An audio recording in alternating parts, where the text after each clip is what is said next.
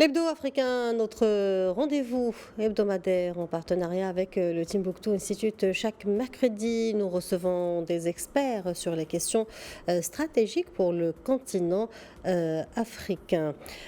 Entre transition et élection, la démocratie à l'épreuve, c'est ce dont nous allons parler aujourd'hui. Et pour cela, nous sommes en direct avec Dr Bakary Samb, directeur régional du Timbuktu Institute. Bonjour, docteur Bakary Samb, et merci d'être avec nous. Bonjour et merci de votre invitation.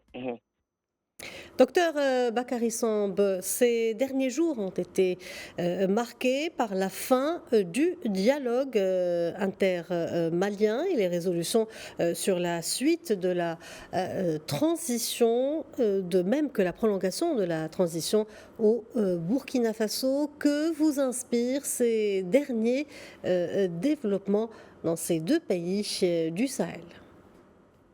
Oui, c'est-à-dire que ces deux pays qui ont connu des transitions politiques ces dernières années étaient à une période où il était important pour les régimes en place, en tout cas, de mener des discussions et des concertations sur la conduite de la transition et l'avenir du pays. À l'issue du dialogue intermalien, qui a été un moment de débat très intense avec une commission spéciale qui a été mise en place, il a été décidé de prolonger cette transition pour encore 3 ans pendant que certains acteurs de la classe politique malienne se mobilisent pour exiger des élections. Donc ce pays est en train de traverser un débat politique assez important aujourd'hui sur l'avenir de la transition, mais aussi sur l'avenir du pays. On remarque la même chose aussi au Burkina Faso, avec cette prolongation de la transition pour 5 ans, malgré les débats et les protestations qui ont été soulevées ça et là. Pour les deux régimes, en tout cas, qui jusqu'ici ont mené cette transition-là et ont mis en avant la question de la lutte contre le terrorisme, la stabilisation du pays et les réformes, ce sont là des tests grandeur nature de leur légitimité, et on verra dans les jours à venir et dans les mois à venir si la population réagira de la même manière qu'elle a fait jusqu'ici, c'est-à-dire avec un appui constant au régime en place, ou bien il y aura des protestations. L'avenir nous le dira. Très bien.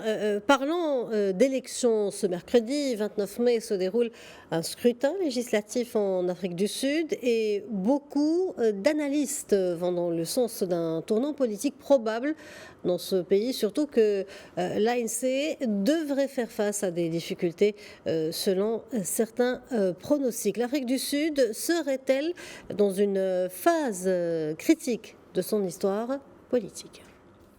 Oui, c'est vrai qu'après avoir dominé la vie politique sud-africaine pendant 30 ans, le Congrès national africain, l'ANC, le parti au pouvoir, sera confronté à des élections quand même les plus difficiles de son histoire ce mercredi 29 mai.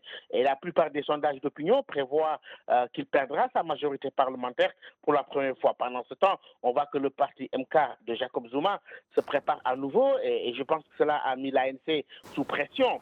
Et on voit que l'autre opposant, John Steenhuisen, et son parti centriste, l'Alliance démocratique aussi, a promis de sauver l'Afrique du Sud. On voit de ce côté-là aussi les combattants pour la liberté économique, une autre formation politique qui ont connu une ascension assez importante ces derniers temps, dire qu'eux aussi, ils vont aller vers des élections décisives. C'est-à-dire qu'aujourd'hui, le président Cyril Ramaphosa espère que le scrutin du 29 mai conduira à sa réélection, mais si l'ANC perd sa majorité, il sera contraint de former une coalition pour former un gouvernement, ce qui serait également une première pour le pays et pourrait compliquer quand même davantage l'élaboration des politiques publiques dans l'économie la plus avancée aujourd'hui d'Afrique. Pour retourner en Afrique de l'Ouest, au Sénégal, s'est ouvert un dialogue national autour de la réforme de la justice. Quels seraient les enjeux de telle réforme dans ce pays qui vient de connaître une alternance politique consacrant l'élection de son plus jeune président, Bassirou Diomaye Faye?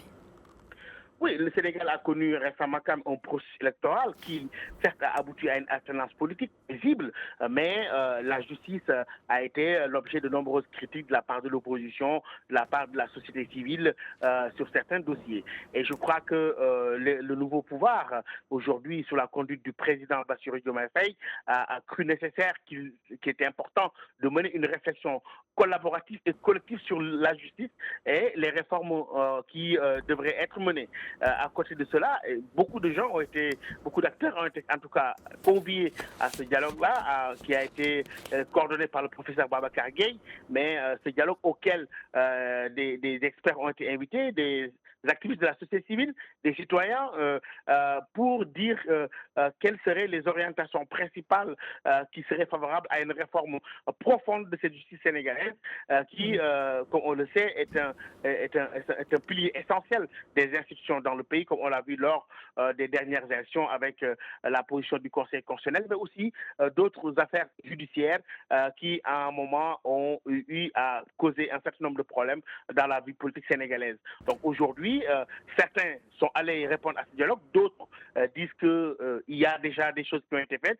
Donc on verra à l'issue de ce dialogue-là, ou si l'institution judiciaire en sortira encore renforcée, ou en tout Doc- cas Docteur, docteur Oui. Bakary Samb, nous arrivons à la fin de cette rubrique. Merci pour cet éclairage. Je rappelle que vous êtes directeur régional du Timbuktu Institute. Merci beaucoup.